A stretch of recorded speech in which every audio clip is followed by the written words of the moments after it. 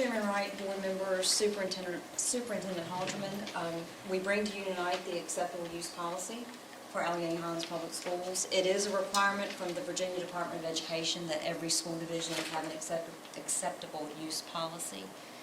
And it is guidelines provided for appropriate technology use. And with this policy, we also have some attachments. We have a Chromebook handbook, a Chromebook agreement, and a cell phone policy guideline that we discussed a few months ago with you all after our survey. So Dr. Connor and I are happy to entertain any questions that you may have. Board member questions? What's that cell phone guideline? So, cell phone guidelines, essentially, the two main considerations here, safety and instruction. You know, cell phones play a dual role, and of course we considered all the feedback we've gotten from parents, from teachers, from school administrators.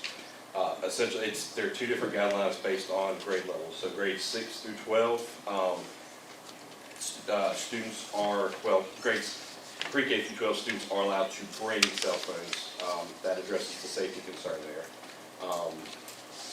Pre-K, grades 6 through 12, students are allowed to have their phones with them, but during the instructional period from bell to bell, they are to have their phone put away and on do not disturb mode. Now we say do not disturb in particular rather than off or airplane mode, because do not disturb mode in an emergency situation, phone can make immediate calls, which again, safety concerns. Between classes in lunch, before class, before school, after school, during times that do not impact the instruction, students are allowed to use their phones and have them out. So, you know, there is some flexibility. There are certain restricted areas like bathrooms, locker rooms, health clinics, state testing situations where students are under no circumstance to have their phones out. Then there's some prescribed disciplinary actions.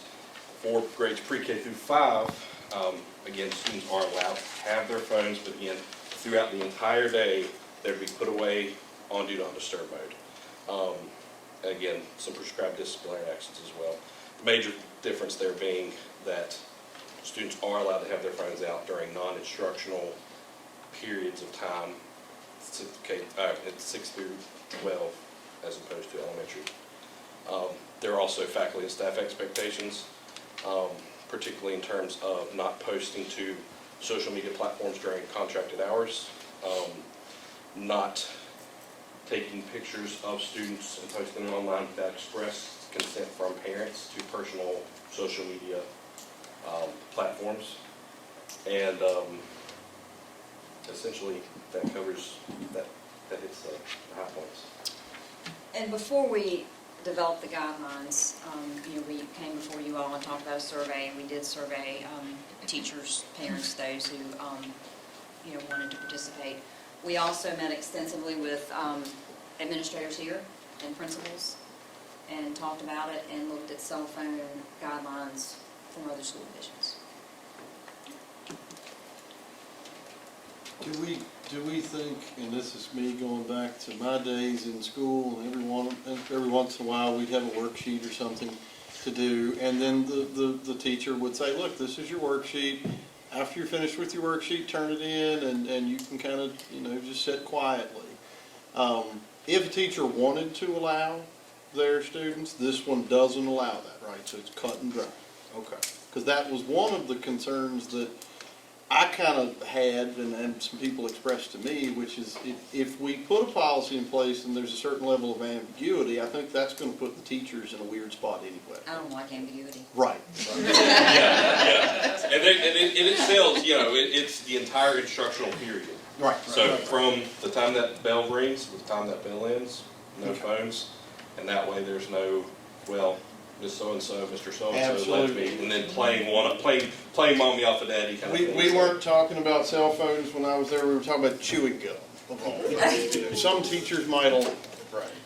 No, I would just say that your lawyer reviewed this policy, and he too does not like ambiguity.